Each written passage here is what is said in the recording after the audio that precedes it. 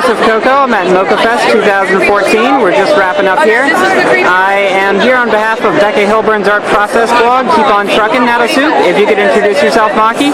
Hey, my name is Maki Naro. Alright, and what brought you to MoCCA Fest this year? Good question.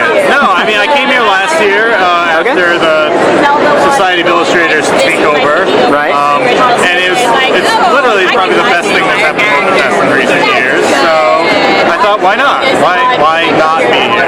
Right, and you had some experience with the convention in the past, and it likely went well for you. So yeah, I mean, it was good. It was good. Yeah. But it was definitely really impressive when I came here last year, and I thought like, whoa, I gotta get a table. So right, it's just more professional, and bigger artists are coming here, that sort of thing. So can you tell us a little bit about your work? So I'm a cartoonist. Of course. I draw 2 comics right now, both on the web. A comic called Box Plot. Do you have any examples of that with you? Oh, I do. Okay, I'm sorry, you do or don't? I do. Okay, where are they, if you don't mind me asking? I didn't know if we're still rolling or draw, hang out, So that's Sufficiently Remarkable, which is a story of 2 friends who are discovering that you're always coming of age. It's kind of a post-collegiate New York story. And then I have a comic called Box Plot. This is actually an example of one, which is a weekly science comic that appears on the popular science blogs. And both of them are ongoing series? Yes. Box Plot is definitely more episodic. The subject changes every week. Right. Sufficiently Remarkable is an ongoing series. Okay. And you're dividing your time between those evenly, or you have other stuff going on as well? I try to do it evenly, but I also have lots of freelance projects and yeah, of course. You gotta pay the bills. Exactly. So, what sort of platform did you have any copies of your webcomics to sell here today, or is it just strictly web?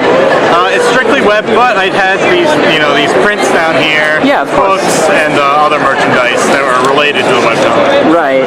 Certainly, that's an avenue to pursue. Donation systems and also just swag in general. T-shirts.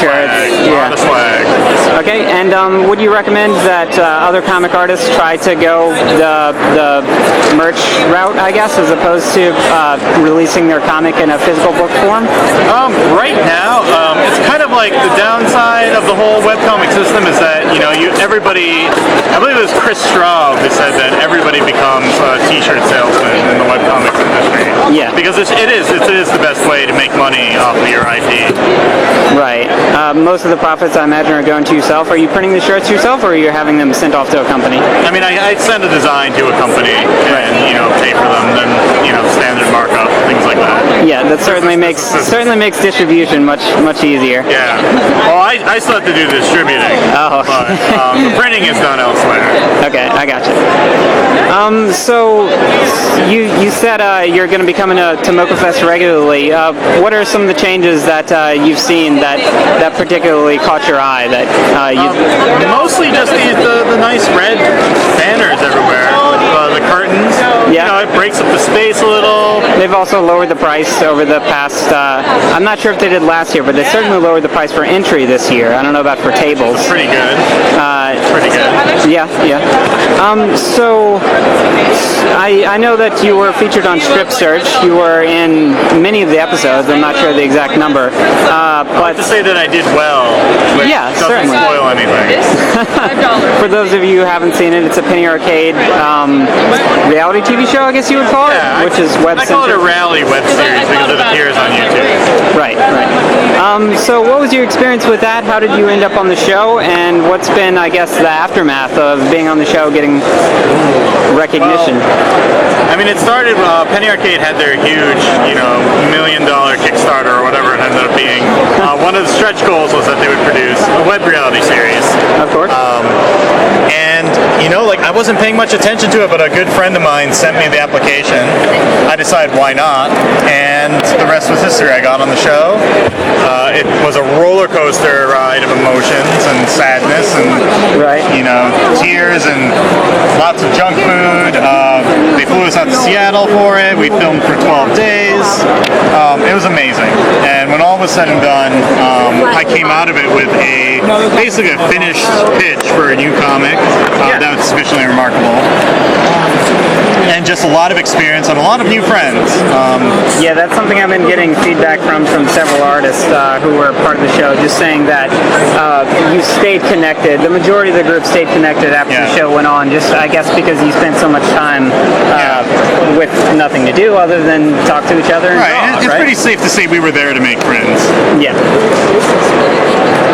So what about has the, other than a comic coming from the Strip Search episodes, how have your sales been affected? We don't need to talk about numbers, of course, but how much attention, how much new audience have you gained from the show, I guess is what I'm getting at here. I mean, the audience is interesting. I don't have an exact amount just because I gained audiences in like some circles and was it more than others. With your existing audience, or was it like a new group of people? It was definitely a new group. It was before I was just doing science comics, and you know, my audience was mostly people who are really into science, nerds, scientists, people in the science community. Awesome. Whereas being on Strip Search, you know, I was exposed to the entire webcomics community. Yeah. So there was a huge gain in audience there, and also just me learning about different webcomics, things like that. Certainly. Yeah, I've noticed that there's, because it's difficult to make a living in indie comics, there's a lot of people with diverse backgrounds, and you will find scientists and those sort of things who are creating indie comics, and naturally they write about what they know. So I think it's great that you don't need to be like the archetypical comic artist to produce comics, you know. Right. So would you recommend that someone try to reach out and get exposure in I guess mediums other than comics? So I mean, you said you kind of stumbled upon the show just from a friend's recommendation, basically, and it seemed to work relatively well for you. You got a new comic line out of it, obviously. Would you recommend that efforts be focused to branch out, essentially, or do you think really just a hard grind is the way to go, and if you just keep on producing that webcomic, you'll eventually make it? I mean, if you want to make it in webcomics, you have to draw webcomics. Not sure. You can't just be an internet celebrity and expect. Exactly. What I recommend to everybody is, don't hide your project close to your heart. Don't hide it until you think it's perfect. Show it to everybody. Just put it out there. Put it on the website. And you're talking final project or the process of it? Both.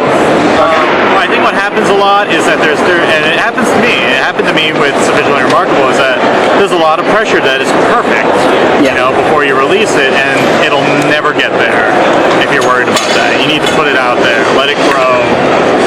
Everything's an experiment, and then the fun is in the experiment, not the result. Right.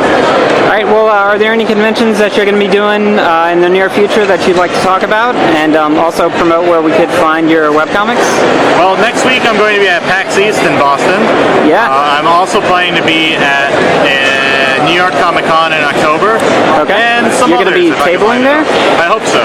Okay. They haven't announced anything yet. In the Artist Alley or in the Artist Alley. Okay, great. All right, and where can we find your webcomics? I have a lot of stuff, so you can find me at MakiNaro.com. All right. Well, MakiNaro.com for everything. My Tumblr, my Twitter, Popular Science, Sufficiently Remarkable. My old portfolio with all my old artwork. if you want something to poke at Maki about. Yeah, you can see some really fun stuff. All right, well, I appreciate the interview. I hope you had a good MoCCA Fest. I did. Thank you.